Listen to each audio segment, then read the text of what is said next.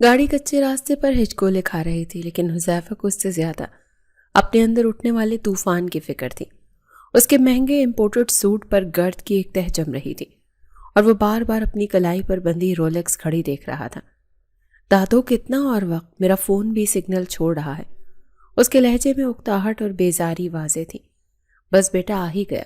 دادو نے شفیق نظروں سے اسے دیکھا۔ تم شہر کے شور شرابے کے اتنے عادی ہو گئے ہو کہ تمہیں یہ سکون اب کاٹتا ہے۔ سکون؟ دادو، یہاں مٹی اور گوبر کی بو کے علاوہ کچھ نہیں، اور آپ مجھے ایک ایسی شادی پر گھسیٹ لائے ہیں جہاں میں جانتا تک نہیں۔ اس سے پہلے کہ دادو جواب دیتی، حذیفہ کا فون جب وہ مشکل ایک سگنل پکڑ رہا تھا بج اٹھا۔ اسکرین پر پرائیویٹ نمبر چمک رہا تھا۔ اس نے غصے سے کال کاٹ دی۔ فون دوبارہ بجا۔ کیا مصیبت ہے؟ اس نے فون اٹھا کر کان سے لگایا۔ ہیلو حذیفہ۔ دوسری طرف سے آنے والی ایک سسکیوں بھری جانی پہچانی نسوانی آواز نے اس کے وجود کو ساکت کر دیا۔ اس کا چہرہ جو پہلے ہی تناؤ کا شکار تھا اب غصے سے سرخ ہو گیا۔ اس نے گاڑی کی کھڑکی کا شیشہ چڑھا دیا۔ ردا، تمہاری ہمت کیسے ہوئی مجھے کال کرنے کی؟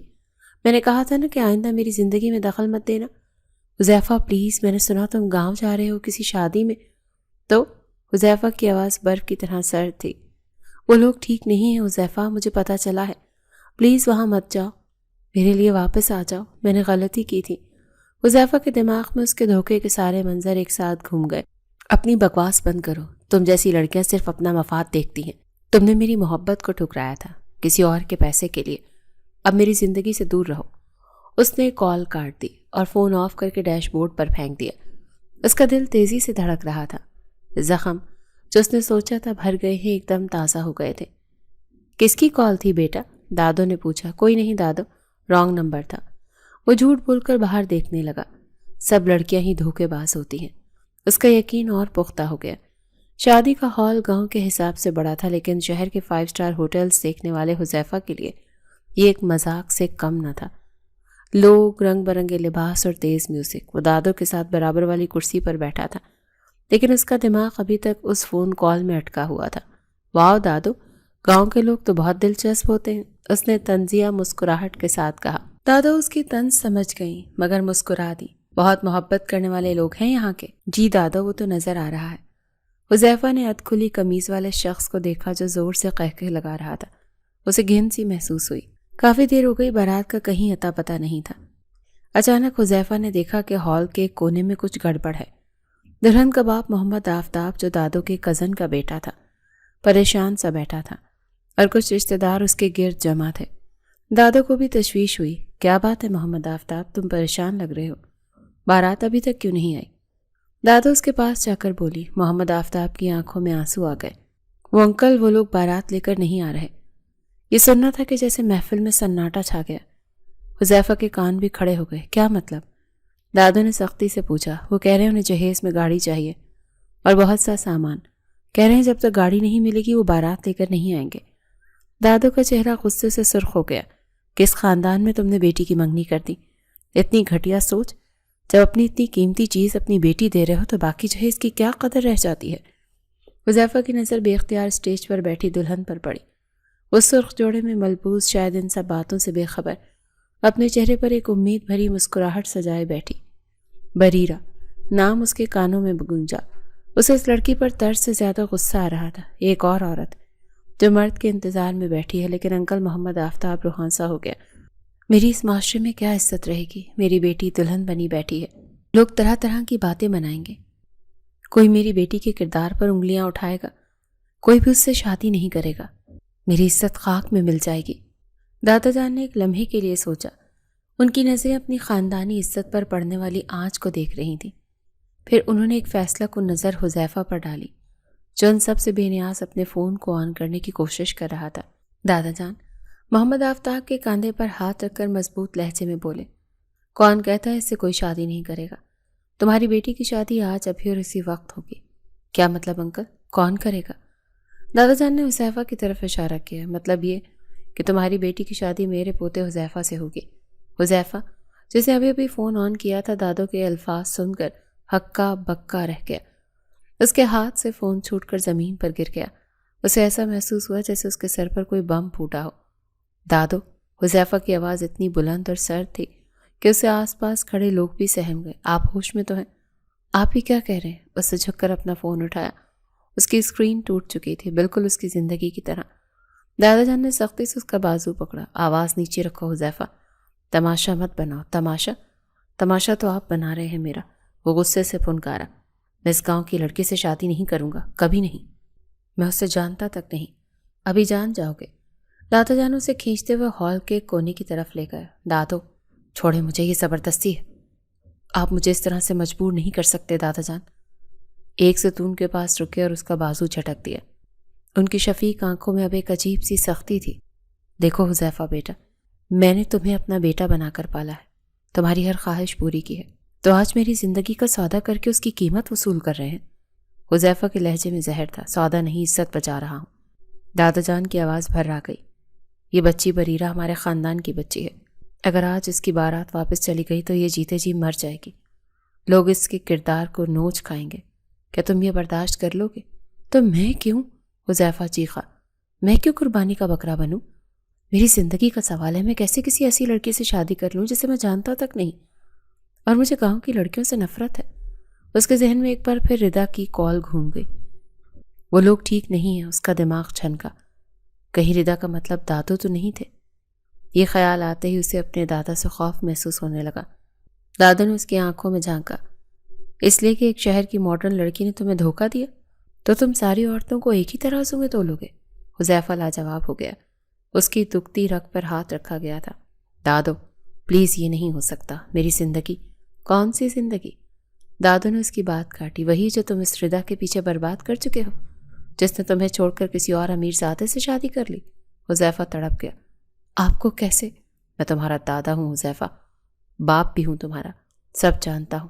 تم اس کے دھوکے کے بعد سے ہی شادی کے نام سے بھاگتے ہو۔ دادا جان نے اپنا آخری پتہ کھیلا۔ ان کی آنکھوں میں آنسو آ گئے۔ دیکھو حذیفہ، ان کی آواز کانپ رہی تھی، میں نے آج تک تم سے کچھ نہیں مانگا، آج مانگ رہا ہوں۔ اگر تم مجھ سے ذرا سی بھی محبت کرتے ہو تو اس لڑکی کو اپنا لو، میری پگڑی بچا لو۔ حذیفہ کا سارا غصہ، سارا تفاخر اسے ایک آنسو کے سامنے بہہ گیا۔ اور اگر دادا جان نے دل پر ہاتھ رکھا، اگر تم نے آج میری بات نہ مانی تو پھر میرا مرا ہوا منہ دیکھو گے۔ یہ جذباتی بلیک میلنگ کا عروج تھا۔ حذیفہ جانتا تھا کہ وہ پھنس چکا ہے۔ اس کی کل کائنات یہی دادو تھے۔ وہ ان کی موت کے خیال سے ہی کام کیا۔ اس نے شکست خوردہ نظروں سے سامنے بیٹھی اس لڑکی کو دیکھا جو شاید اس کی بربادی کا پروانہ تھی۔ ٹھیک ہے دادو، اس کی آواز بمشکل نکلی، جیسے آپ چاہتے ہیں ویسے ہی ہوگا، بلا لیں مولوی کو۔ چند ہی لمحوں میں ہال کی ساری گہما گہمی ایک عجیب ناقابل یقین خاموشی میں بدل گئی۔ مولوی صاحب کو بلا لیا گیا۔ بریرہ جو اب تک اس سارے ڈرامے سے بے خبر تھی، اسے بھی اس کے باپ نے کچھ سمجھا بجھا کر نکاح کے لیے بٹھا دیا تھا۔ حذیفہ کو شیشے کے سامنے بٹھایا گیا۔ شیشے میں بریرہ کا عکس نظر آ رہا تھا، لیکن اس نے ایک بار بھی نظر اٹھا کر نہیں دیکھا۔ بریرہ بنت محمد آفتاب، قبول ہے۔ دوسری طرف سے کانپتی دبی ہوئی آواز آئی۔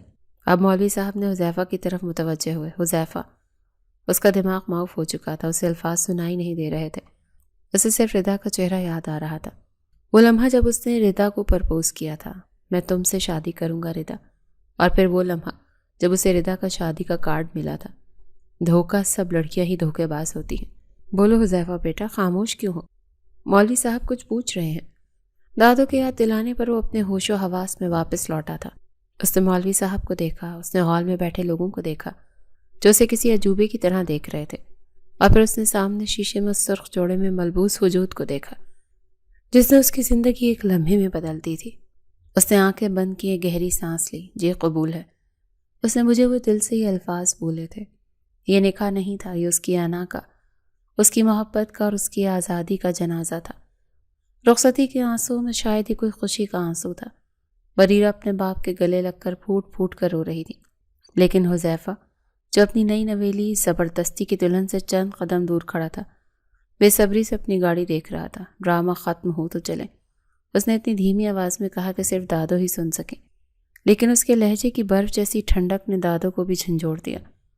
حذیفہ، دادو نے اسے تنبیہی نظروں سے گھورا۔ گاڑی کا سفر جہنم سے کم نہ تھا۔ دادو نے بریرہ کو پچھلی سیٹ پر اپنے ساتھ بٹھا لیا تھا، جبکہ حذیفہ آگے ڈرائیور کے ساتھ والی سیٹ پر بیٹھ گیا، جیسے پچھلی سیٹ پر بیٹھے وجود سے اسے کوئی بیماری لگنے کا خطرہ ہو۔ پورے راستے بریرہ کی سسکیاں گونجتی رہیں اور ہر سسکی حذیفہ کے غصے کو مزید بھڑکا رہی تھی۔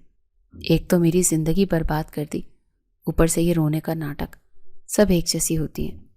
اس نے دانت پیستے ہوئے سوچا۔ شہر کی حد میں داخل ہوتے ہی گاڑی ایک عالیشان حویلی کے بڑے گیٹ سے اندر داخل ہوئی۔ گاؤں کی وہ گرد آلود شادی اور یہ سنگ مرمر سے بنا محل، دو مختلف دنیایں تھیں۔ استقبال کرو، دادو کی گرجدار آواز حویلی میں گونجی۔ دلہن کا استقبال کرو۔ تمام نوکر جو پہلے ہی صف باندھے کھڑے تھے ادب سے جھک گئے۔ بریرہ نے خوفزدہ نظروں سے اس شان و شوکت کو دیکھا، یہ اس کے خواب و خیال سے بھی پرے تھا۔ دادو بریرہ کے سر پر ہاتھ رکھ کر اسے اندر لائے۔ آؤ بیٹا، اندر آؤ۔ شادی سادگی سے ہوئی، لیکن ہم ولیمہ دھوم دھام سے کریں گے۔ وہ لاؤنج کے بیچوں بیچ رکے اور تمام نوکروں کو مخاطب کیا۔ سب کان کھول کر سن لو، یہ بریرہ بیٹا ہے، حذیفہ کی بیوی اور تمہاری چھوٹی بیوی، اور آج سے اس گھر کی اکلوتی وارث ہے۔ یہ تمہارا اپنا گھر ہے بیٹا۔ یہ آخری جملہ جیسے بارود پر تیلی کا کام کر گیا۔ حذیفہ جو ابھی تک خاموش کھڑا تھا ایک دم چونکا۔ اکلوتی وارث؟ اسے اپنے پہلو میں یہ لڑکی زہر لگ رہی تھی۔ یہ وہ لڑکی تھی جس نے ایک منٹ میں اس کی زندگی، اس کی آزادی اور شاید اب اس کی وراثت بھی چھین لی تھی۔ دادو، اس کی آواز میں ناقابل یقین حد تک تناؤ تھا۔ ایک بات کرنی ہے آپ سے۔ ہاں ہاں بیٹا کرو، دادو نے خوش دلی سے کہا۔ وہ شاید حذیفہ کے لہجے کا زہر نہیں سمجھ پائے تھے۔ اتنے میں کلثوم، انہوں نے ایک بڑی عمر کی نوکرانی کو آواز دی۔ جاؤ چھوٹی بیوی کو حذیفہ صاحب کے کمرے میں چھوڑا، تھک گئی ہوں گی۔ رکو، حذیفہ کی آواز ایک دھاڑ کی طرح گونجی۔ لاؤنج میں مکمل سناٹا چھا گیا۔ کلثوم کے قدم وہیں جم گئے جہاں وہ تھی۔ بریرہ نے ڈر کر اپنی آنکھیں میچ لیں۔ دادو نے حیرت سے مڑ کر حذیفہ کو دیکھا۔ دادو، حذیفہ نے اپنی آنکھوں میں تمام تر نفرت سمو کر کہا، یہی بات کرنی تھی، آپ بریرہ کے لیے کوئی اور کمرہ تیار کروا دیں۔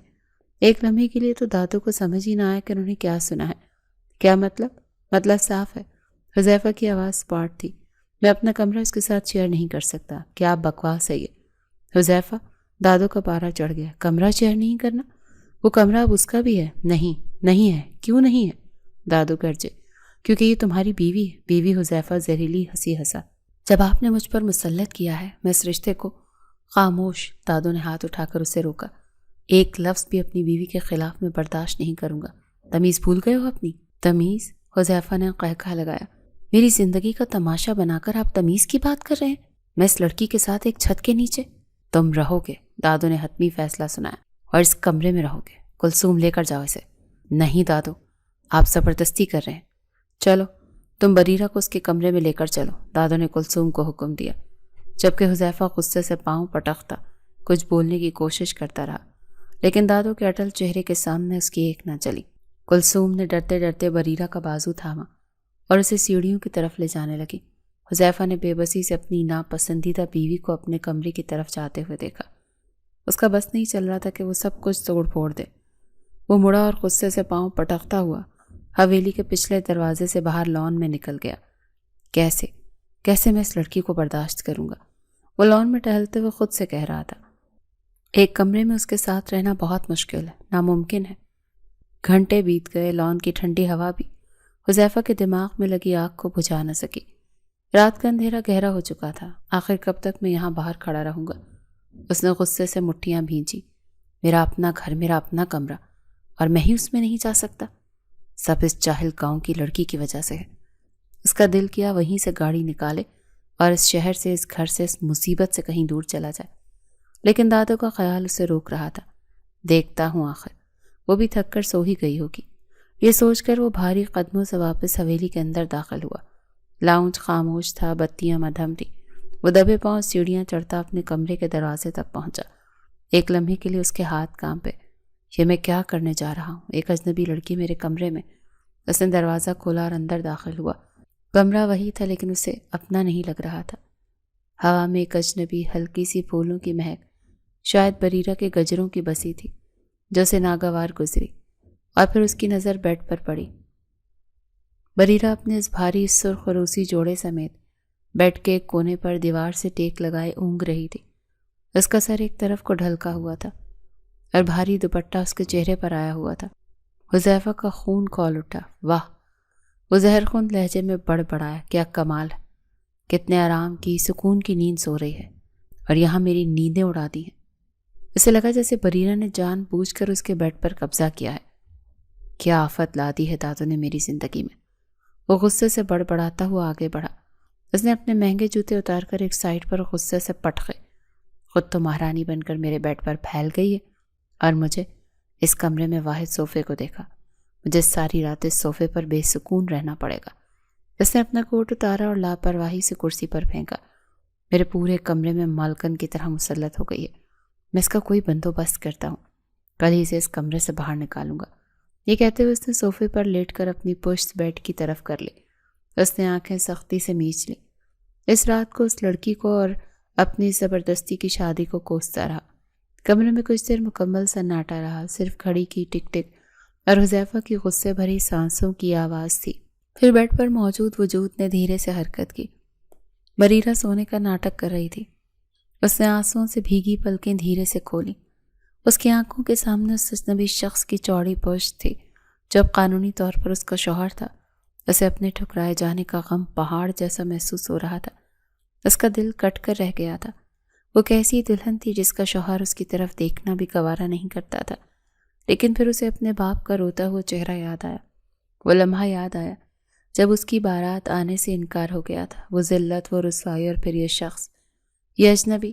اس نے ایک لمحے میں اس کے باپ کی پگڑی بچا لی، اس کی عزت کو خاک میں ملنے سے بچا لیا۔ بریرہ کی آنکھوں سے آنسوں کی لڑی بہہ نکلی، لیکن یہ آنسو صرف غم کے نہیں تھے۔ ان میں اس شخص کے لیے ایک عجیب سا فخر بھی تھا۔ وہ نہ چاہتے ہوئے بھی اس سے نفرت نہیں کر پا رہی تھی۔ یہ میرے لیے قابل عزت ہے۔ اس نے اپنے آنسوں کو دوپٹے کے کونے سے صاف کیا۔ یہ میرے ساتھ جیسا بھی سلوک کرے مجھے قابل قبول ہے۔ اس نے اس شخص کی پشت کو دیکھتے ہوئے دل ہی دل میں عہد کیا، آج سے میری زندگی اس شخص کے نام جس سے میرے باپ کی عزت بچائی۔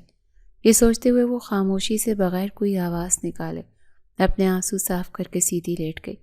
اس نے اپنی تقدیر کو، اس اجنبی شوہر کو اور اس نئی کٹھن زندگی کو قبول کر لیا۔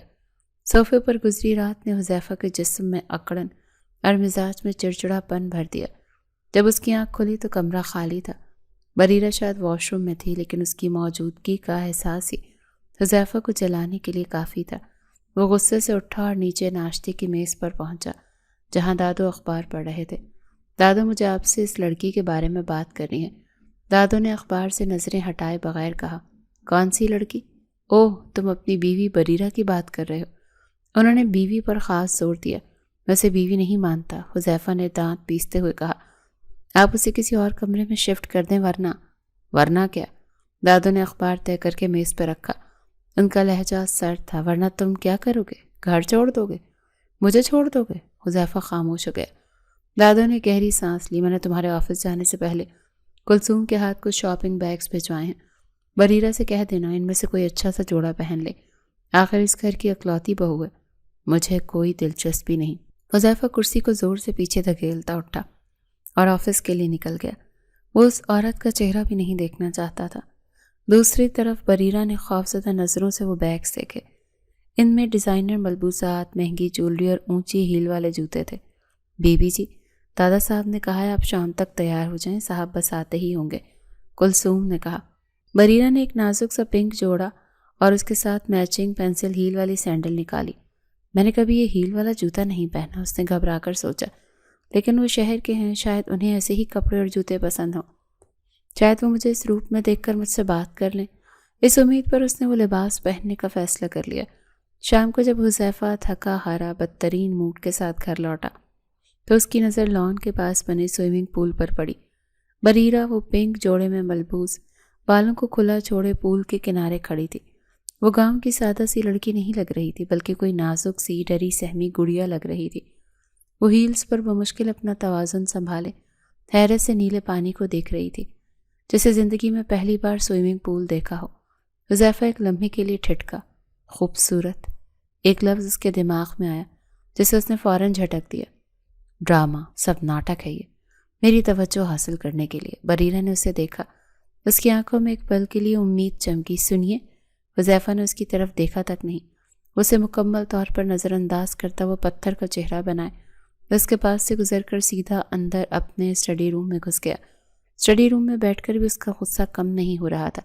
پہلے میرے بیڈ پر، اب میرے لان میں، اس کا بندوبست تو کرنا ہی ہوگا۔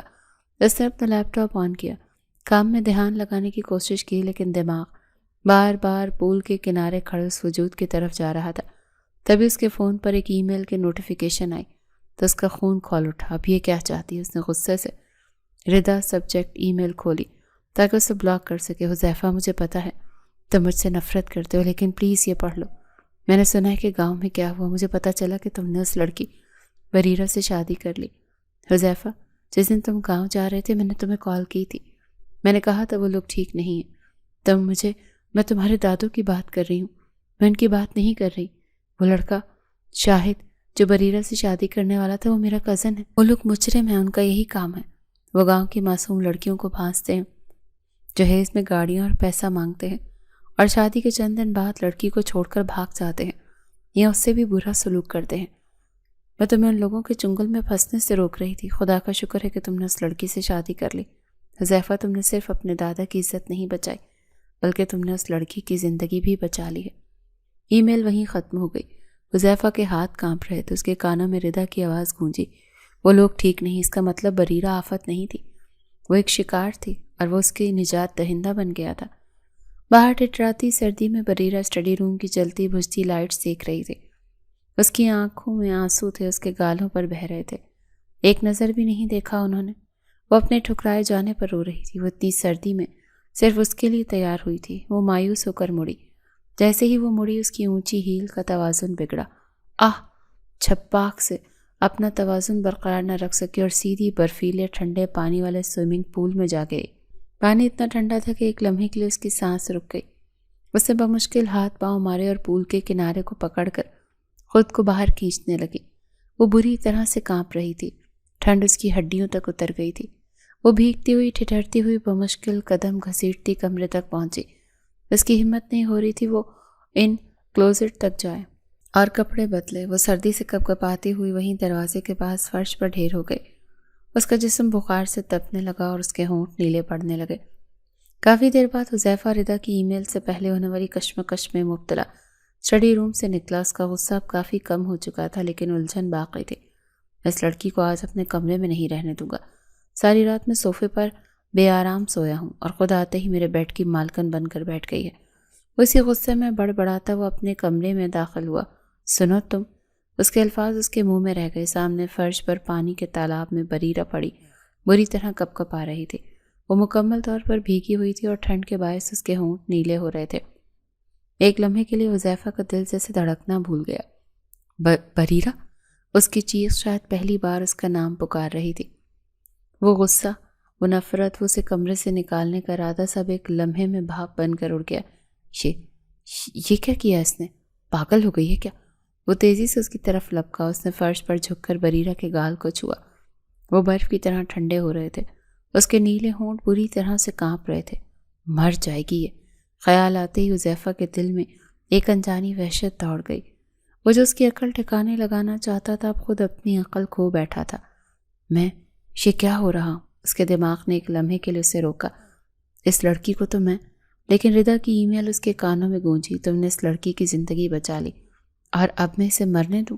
اس نے مزید نہیں سوچا۔ نفرت کے باوجود اس نے ایک جھٹکے میں بریرہ کے نازک بھیگے وجود کو اپنی باہوں میں اٹھا لیا۔ وہ اتنی ہلکی تھی جیسے کوئی پری ہو۔ وہ اسے اٹھائے سیدھا بستر پر لایا اور احتیاط سے لٹایا۔ قیمتی بیڈ شیٹ اسے ایک لمحے میں بھیگ گئی، لیکن اسے پرواہ نہیں تھی۔ بریرہ، آنکھیں کھولو۔ اس نے چہرہ تھپتھپایا۔ وہ کر رہا ہی۔ اس کی پلکیں لرزی لیکن کھل نہ سکی۔ وہ بری طرح کانپ رہی تھی، اس کے کپڑے بھی گیلے تھے۔ اسے مار ڈالیں گے، حذیفہ نے وحشت سے سوچا۔ وہ تیزی سے واک ان کلوزٹ تک بھاگا۔ اس نے الماری کھولی۔ ایک طرف اس کے سینکڑوں سوٹ اور شرٹس تھی تو دوسری طرف وہ شاپنگ بیگز ویسے کے ویسے پڑے تھے جو دادوں نے دیے تھے، سوائے اسے ایک پنک جوڑے کے جو اب بریرہ کے جسم پر گیلا تھا۔ اس کے پاس پہننے کے لیے کچھ بھی نہیں تھا۔ ایک شدید احساس جرم نے اسے جکڑ لیا۔ اس نے یہ ہیلز، یہ سوٹ میرے لیے پہنا تھا اور میں نے اسے دیکھا تک نہیں۔ وہ تیزی سے پلٹا اور دراز سے ایک ٹی شرٹ اور ٹراؤزر نکالا۔ مجھے یہ کرنا ہوگا۔ وہ بیڈ کے پاس آ کر رک گیا۔ اس کے ہاتھ کانپ رہے تھے۔ وہ جس لڑکی کو چھونا بھی گناہ سمجھتا تھا، بریرہ، اس نے اسے پھر جھنجھوڑا۔ ہوش میں آؤ، اپنے کپڑے بدل لو۔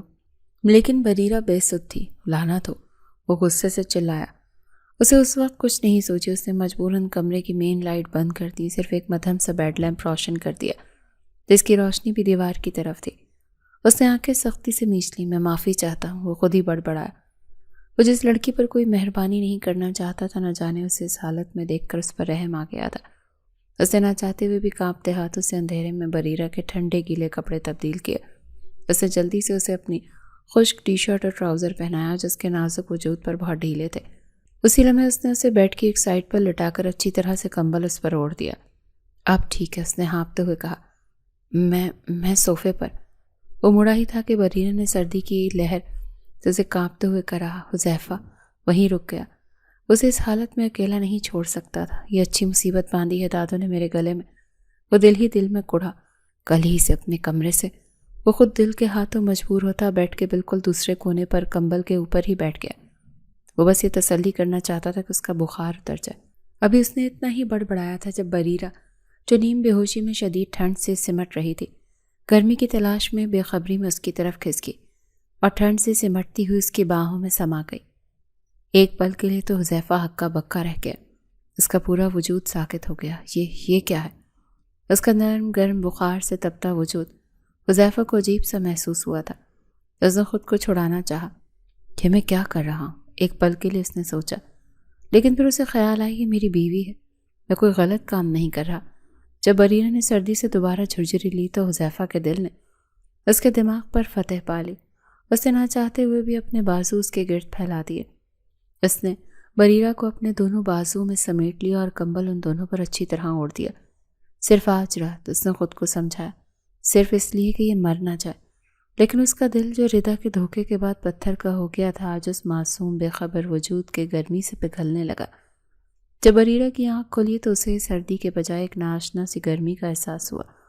اس کا سر کسی نرم تکیے پر نہیں بلکہ ایک مضبوط بازو پر تھا. اس نے دھیرے سے پلکیں اٹھائیں. 1 انچ کے فاصلے پر حذیفہ کا چہرہ تھا، جو آدھا بیڈ سے ٹیک لگائے بیٹھے بیٹھے سو رہا تھا. اس کا ایک بازو بریرہ کے سر کے نیچے تھا اور دوسرا اس کے گرد ایک حفاظتی حصار کی طرح لپٹا ہوا تھا. بریرہ کا دل جیسے سینے سے اچھل کر حلق میں آ گیا. یہ میں کہاں؟ اس نے رات کا ٹھنڈا پانی، کپکپاہٹ اور پھر اندھیرا یاد آیا اور پھر اسے اپنے کپڑوں پر نظر پڑی. یہ اس کے نہیں تھے، یہ حذیفہ کی بڑی سی ٹی شرٹ اور ٹراؤزر تھے. شرمندگی کی ایک تیز لہر اس کے بخار زدہ وجود میں دوڑ گئی. انہوں نے، اس کی وجہ سے اس کا شوہر ساری رات اس عجیب پوزیشن میں سوتا رہا. وہ ایک دم سے گھبرا کر پیچھے ہٹی. اس کی حرکت سے حذیفہ کی آنکھ فوراً کھل گئی. ایک لمحے کے لیے کمرے میں مکمل سناٹا چھا گیا. دونوں نے ایک دوسرے کو دیکھا. بریرہ کی آنکھوں میں خوف اور شرمندگی تھی، جبکہ حذیفہ کی آنکھوں میں نیند کے ساتھ ساتھ ایک انجانی فکر. رکو. حذیفہ کی آواز رات کے غصے کے برعکس بھاری اور پرواہ کرنے والی تھی. ہلو مت. اس سے پہلے کہ بریرہ کچھ سمجھ پاتی، حذیفہ نے اپنا ہاتھ بڑھا کر اس کی پیشانی کو چھوا. بخار تو ابھی بھی ہے، وہ بڑبڑایا. ٹیمپریچر کم ہوا تمہارا؟ اسے ایک لمحے میں اس کے لمس کی گرمی اور لہجے کی فکر نے بریرہ کو پگھلا دیا. اسے ایسا محسوس ہوا جیسے حذیفہ ہی اس کا اپنا ہو، اور سچ میں اس کا اپنا تھا. اس کی آنکھوں میں آنسو آ گیا. آپ ساری رات بکواس مت کرو. حذیفہ نے اس کی بات کاٹی. وہ شاید اپنی اس نرمی پر خود بھی شرمندہ تھا. فوراً بیڈ سے اٹھا اور اپنا فون اٹھایا. کس کا نمبر ہے؟ ڈاکٹر کا؟ نہیں، بریرہ نے کمزور آواز میں کہا. اس کی ضرورت نہیں، میں ٹھیک ہوں. حذیفہ نے مڑ کر اسے گھورا. تم ٹھیک ہو؟ تم کل رات مرنے والی تھی، تمہارے ہونٹ نیلے پڑ گئے تھے. چپ کر کے لیٹی رہو. اس نے ڈاکٹر کو کال کر کے گھر آنے کا کہا. تھوڑی دیر میں دروازے پر دستک ہوئی. حذیفہ نے سوچا ڈاکٹر ہوگا، لیکن دروازے پر دادو کھڑے تھے. خیریت بیٹا، اتنی صبح صبح ڈاکٹر کو؟ دادو کی نظر کمرے کے فرش پر پڑے بریرہ کے گیلے پنک جورے پر پڑی، پھر بیڈ پر لیٹی بریرہ پر جو حذیفہ کی شرٹ پہنی تھی، اور پھر حذیفہ کے پریشان چہرے پر. دادو کی آنکھوں میں ایک لمحے کے لیے حیرت سمٹ آئی تھی، جو فوراً ایک گہری سمجھدار مسکراہٹ میں بدل گئی. وہ دادو، یہ حذیفہ نے صفائی پیش کرنی چاہیے. کچھ کہنے کی ضرورت نہیں، دادا نے مسکرا کر کہا. میں سمجھ گیا، تم اس کا خیال رکھو، میں ڈاکٹر کو اوپر بھیجتا ہوں. دادو کے جانے کے بعد حذیفہ کو عجیب سی جھنجھلاہٹ ہوئی. ڈاکٹر آیا. اس نے بریرہ کو چیک اپ کیا، سخت سردی لگنے اور بخار کا بتایا اور کچھ دوائیاں لکھ دیں. ڈاکٹر کے جانے کے بعد حذیفہ خود کچن سے اس کے لیے ناشتہ اور دوائی لائے. یہ لو. اس نے ٹریس کے آگے رکھی. پہلے یہ سوپ پیو، پھر دوائی کھاؤ. میں خود لے لوں گی. بریرہ نے کانپتے ہاتھوں سے چمچ پکڑنے کی کوشش کی. تم سے ایک چمچ تو پکڑا نہیں جا رہا. حذیفہ نے اس کے ہاتھ سے چمچ لے لیا. منہ کھولو. وہ جھجکی. بریرہ نے اس نے سختی سے کہا. مجھے غصہ مت دلاؤ، چپ چاپ پی لو. بریرہ نے خاموشی سے نظریں جھکا لی اور حذیفہ نے خود اسے سوپ پلایا. پھر دوائی دی۔ جب وہ واپس لیٹ گئی تو حذیفہ نے اپنا آفس فون کیا۔ ہیلو، میں آج آفس نہیں آؤں گا، لیکن سر آج تو بورڈ میٹنگ، سب کینسل کر دو، اس نے سختی سے کہا۔ اور کوئی بھی کال مجھے ٹرانسفر مت کرنا جب تک میں خود نہ کہوں، میری بیوی کی طبیعت ٹھیک نہیں ہے۔ دروازے کے باہر کھڑے دادو نے یہ سب سن لیا۔ میری بیوی کی طبیعت ٹھیک نہیں، یہ الفاظ ان کے کانوں میں رس کھول گئے۔ وہ حیران تھے کہ یہ تبدیلی کیسے آئی۔ وہ حذیفہ جو کل رات تک اس لڑکی کو کمرے سے نکالنے پر تلا تھا، آج اس کے لیے اپنی سب سے اہم میٹنگ چھوڑ کر بیٹھا تھا۔ دادو مسکراتے ہوئے وہاں سے چلے گئے۔ کمرے میں حذیفہ کرسی پر بیٹھا لیپ ٹاپ پر کام کرنے کی کوشش کر رہا تھا، لیکن اس کی نظر بار بار بیڈ پر سوئی بریرہ پر جا رہی تھی۔ کتنی معصوم ہے، اس نے سوچا۔ ردا کی ای میل اسے یاد آئی۔ اسے تو پتہ بھی نہیں تھا کہ اس کے ساتھ کیا ہونے والا تھا، اور میں اسی سے نفرت کرتا رہا۔ سچ میں حذیفہ بریرہ کی محبت میں گرفتار ہو چکا تھا۔ اس کا نرم وجود اور اس کا معصوم چہرہ اس کے دل پر قبضہ کر گیا۔ اگلے 2 دن حویلی میں ایک عجیب سی خاموشی طاری رہی۔ حذیفہ آفس نہیں گیا، وہ کمرے میں ہی رہتا، لیپ ٹاپ پر کام کرتا، لیکن اس کی ساری توجہ بریرہ پر مرکوز تھی۔ وہ اب بھی صوفے پر سوتا تھا، لیکن اس کے رویے کی برف پگھل رہی تھی۔ دوپہر کے وقت جب بریرہ کی آنکھ کھلی تو اس نے حذیفہ کو فون پر کسی سے دھیمے مگر سخت لہجے میں بات کرتے سنا۔ نہیں، میں میٹنگ میں نہیں آ سکتا۔ کیوں؟ اس نے ایک لمحے کے لیے بیڈ پر لیٹی بریرہ کو دیکھا۔ کیونکہ میں اپنی بیوی کے ساتھ مصروف ہوں۔ یہ الفاظ اگرچہ کسی اور کے لیے کہے گئے تھے، بریرہ کے دل پر دستک دے گئے۔ حذیفہ نے کال کاٹ کر فون ایک طرف پھینکا۔ تم جاگ رہی ہو؟ وہ تھوڑا سا جھنجھلایا، جیسے چوری پکڑی گئی ہو۔ جی، بریرہ نے کمزوری سے اٹھنے کی کوشش کی۔ آپ میرے لیے اپنا کام مت چھوڑیں، میں اب ٹھیک ہوں۔ تم ٹھیک ہو؟ وہ طنزیہ انداز سے مسکرایا، لیکن اس طنز میں غصہ نہیں، فکر تھی۔ کل رات تم 103 بخار میں جل رہی تھی، تمہاری وجہ سے میں رات بھر نہیں سویا۔ اب چپ کر کے لیٹی رہو جب تک میں نہ کہوں۔ لیکن آپ صوفے پر۔ میں جہاں بھی سوؤں، اس سے تمہیں مطلب نہیں ہونا چاہیے۔ حذیفہ نے بات کاٹی۔ تمہارا کام صرف آرام کرنا ہے۔ وہ اٹھا اور الماری کی طرف گیا۔ بریرہ نے دیکھا کہ کلثوم نے کچھ نئے شاپنگ بیگز لا کر رکھے تھے۔ دادو نے پھر سے شاپنگ کر لی میرے لیے؟ دادو نے نہیں بھیجے، حذیفہ کی پشت اس کی طرف تھی۔ یہ میں لایا ہوں۔ بریرہ حیران رہ گئی۔ حذیفہ مڑا، اس کے ہاتھ میں ایک سادہ سا آرام دہ کاٹن کا سوٹ تھا۔ وہ جو پول کے پاس تم نے پہنا تھا وہ بہت عجیب تھا۔ وہ صحیح الفاظ تلاش کر رہا تھا۔ وہ دادو لائے تھے، مجھے پتا ہے۔ حذیفہ نے سوٹ بیڈ پر رکھا۔ تم ان کپڑوں میں آرام دہ نہیں لگ رہی تھی، یہ پہن لو جب ہمت ہو۔ وہ یہ کہہ کر کمرے سے باہر نکل گیا۔ بریرہ کی آنکھیں آنسوں سے بھر گئی۔ اس نے نہ صرف اس کا خیال رکھا بلکہ اس کی اس بے چینی کو بھی محسوس کر لیا جو وہ مہنگے لباس اور اونچی ہیل میں محسوس کر رہی تھی۔ اس شخص نے جو اس سے نفرت کرتا تھا اس کی اتنی گہری بات نوٹ کر لی تھی۔ شام کو دادو کمرے میں آئے۔ بریرہ اب بہتر تھی اور حذیفہ کے لائے ہوئے سادہ نیلے سوٹ میں بالوں کا جوڑا باندھے بہت پرسکون اور پیاری لگ رہی تھی۔ ماشاء اللہ، دادو نے اسے دیکھتے ہی کہا، اب لگ رہی ہو ہمارے گھر کی بہو۔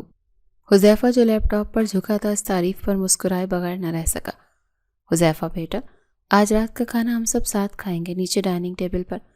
دادو نے حکم جاری کیا۔ دادو، وہ بالکل ٹھیک ہے۔ دادو نے بریرہ کی طرف دیکھا۔ کیوں بیٹا، آؤ گی نا؟ جی دادو۔ بریرہ نے دھیرے سے سر ہلایا۔ رات کے کھانے پر ماحول تناؤ بھرا تھا، لیکن وہ والا نہیں جو پہلی رات تھا۔ یہ ایک جھجک والا تناؤ تھا۔ بریرہ نے خاموشی سے کھانا کھایا۔ حذیفہ نے 2 بار اس کی طرف دیکھا، یہ تسلی کرنے کے لیے کہ وہ ٹھیک سے کھا رہی ہے۔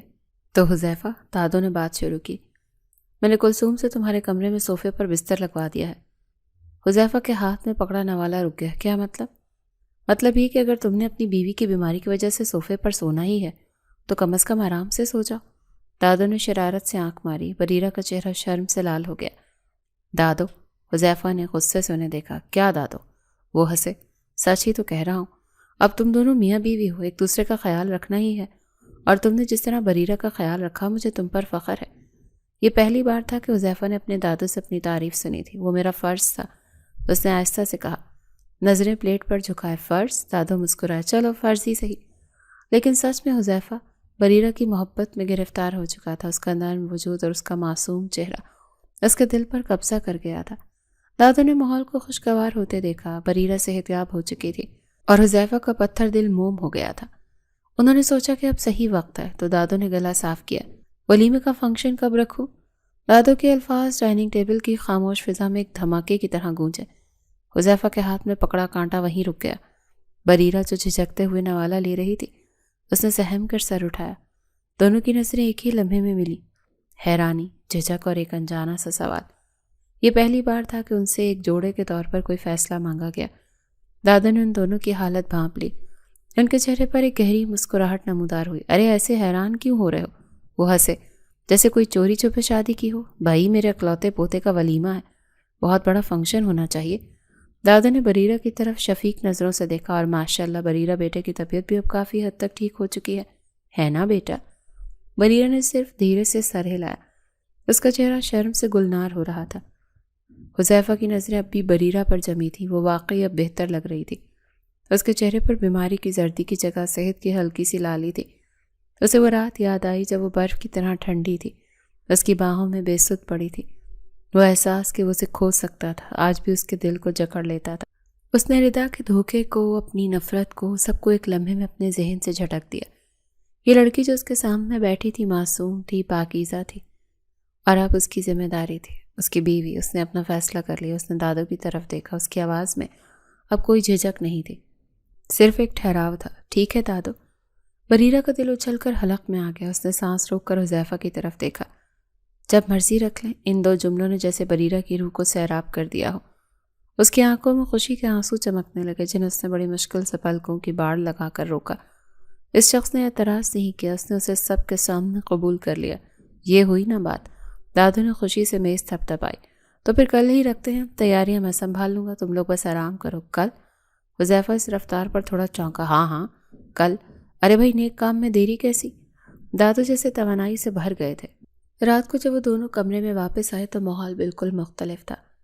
وہ پہلی رات والی نفرت بھری خاموشی نہیں تھی، بلکہ ایک نئی مانوس سی جھجک تھی۔ حذیفہ نے ہمیشہ کی طرح صوفے پر اپنا بستر بچھانا شروع کیا۔ بریرہ اسے بیڈ پر بیٹھی خاموشی سے دیکھتی رہی۔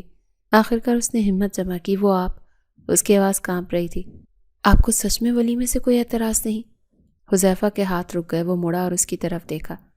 بریرہ کی آنکھوں میں اپنے لیے نہیں بلکہ اس کی رضامندی کے لیے فکر تھی۔ اس بے غرضی نے حذیفہ کے دل کو چھو لیا تھا۔ اعتراض؟ وہ دھیرے سے چلتا ہوا بیٹھ کے قریب آیا۔ کیوں ہونا چاہیے؟ اس سے کچھ فاصلے پر بیٹھ کے کنارے بیٹھ گیا۔ بریرہ نے گھبرا کر خود کو تھوڑا سمیٹا۔ حذیفہ نے اس کی آنکھوں میں دیکھتے ہوئے کہا، اور یہ ضروری بھی ہے۔ اس نے ایک گہرا سانس لیا۔ سب کو پتہ چلنا چاہیے کہ تم میری بیوی ہو، حذیفہ کی بیوی۔ بریرہ کی آنکھیں حیرت سے پھیل گئیں۔ حذیفہ نے پہلی بار خود سے پہل کی۔ سوال یہ نہیں کہ مجھے اعتراض ہے، سوال یہ ہے کہ تم خوش ہو اس سب سے؟ یہ لمحہ بریرہ کے لیے ناقابل یقین تھا۔ جی، اس نے بھرائی آواز میں کہا، بہت۔ آپ نے مجھے قبول کر لیا، میرے لیے یہی بہت ہے۔ میں نے قبول نہیں کیا تھا۔ حذیفہ کی آواز میں تلخی ابھری۔ دادو نے زبردستی کی تھی۔ بریرہ کا چہرہ ایک دم بجھ گیا، لیکن حذیفہ نے فوراً بات سنبھالی۔ اس کی اداسی اس سے دیکھی نہیں گئی۔ شاید دادو کا فیصلہ غلط نہیں تھا، یہ ایک مکمل اقرار نہیں تھا، لیکن یہ امید کی وہ کرن تھی جس کی بریرہ کو کب سے تلاش تھی۔ اب سو جا۔ حذیفہ اٹھ کر واپس صوفے کی طرف بڑھا۔ کل بہت بڑا دن ہے۔ اس رات نہ حذیفہ کو صوفے پر نیند آئی، نہ بریرہ کو بیڈ پر، لیکن یہ بے چینی غصے یا نفرت کی نہیں، اس آنے والے کل کی ہلکی سی گھبراہٹ اور خوشی بھری بے چینی تھی، جب وہ دونوں پہلی بار دنیا کے سامنے ایک جوڑے کے طور پر پیش ہونے والے تھے۔ ولیمے کا فنکشن کسی شاہی تقریب سے کم نہ تھا۔ حویلی کو دلہن کی طرح سجایا گیا۔ شہر کے نامور بزنس مین، سیاستدان اور میڈیا سبھی حذیفہ بزنس امپائر کے اکلوتے وارث کی اچانک شادی کی تقریب میں موجود تھے۔ حذیفہ ایک نفیس سیاہ ڈنر سوٹ میں ملبوس بریرہ کے ساتھ سٹیج پر بیٹھا تھا۔ بریرہ گہرے شاہی نیلے رنگ کے خوبصورت سے کامدار جوڑے میں کسی شہزادی سے کم نہیں لگ رہی تھی۔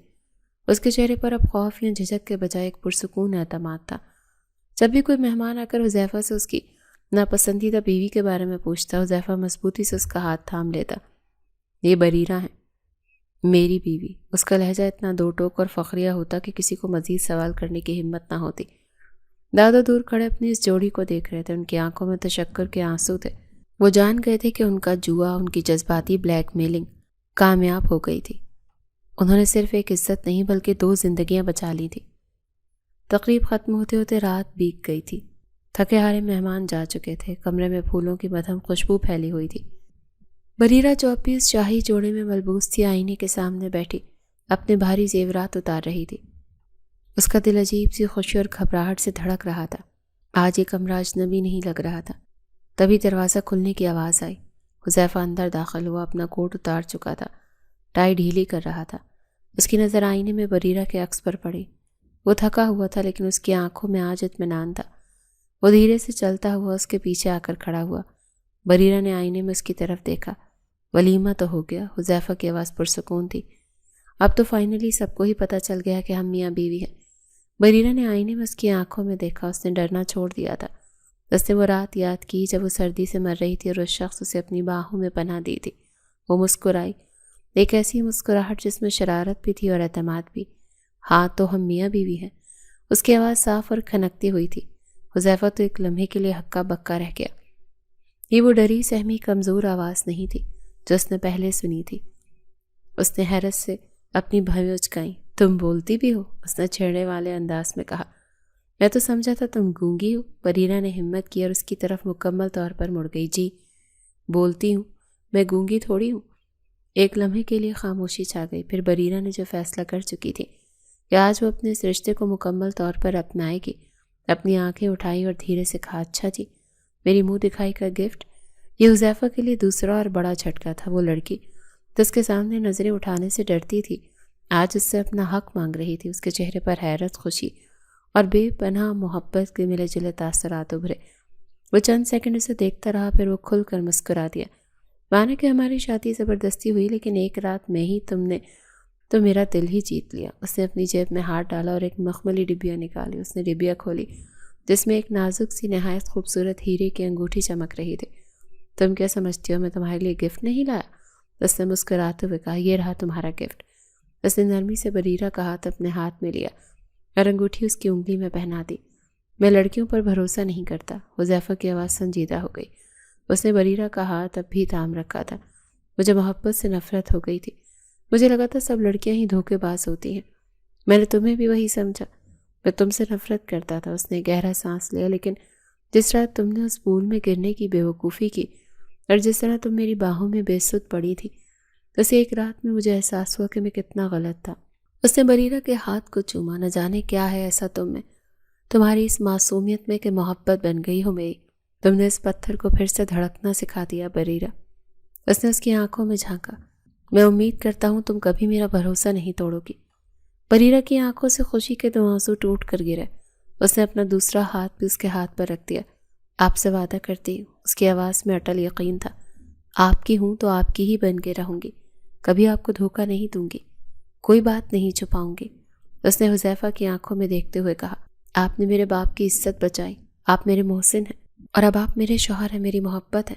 اس رات اس کمرے میں دو اجنبی مکمل طور پر ایک ہو گئے اور اس دن کے بعد سے بریرہ نے سچی بیوی ہونے کا ثبوت دیا۔ اس نے حذیفہ کی ہر ضرورت کا خیال رکھا، اس کے کپڑوں سے لے کر اس کے کھانے تک، اس کے بزنس کے تناؤ سے لے کر اس کے آرام تک۔ بریرہ نے خود کو اس کی زندگی میں ڈھال لیا۔ وہ ہر وہ کام کرتی جو اس کی خوشی کا باعث ہوتا تھا۔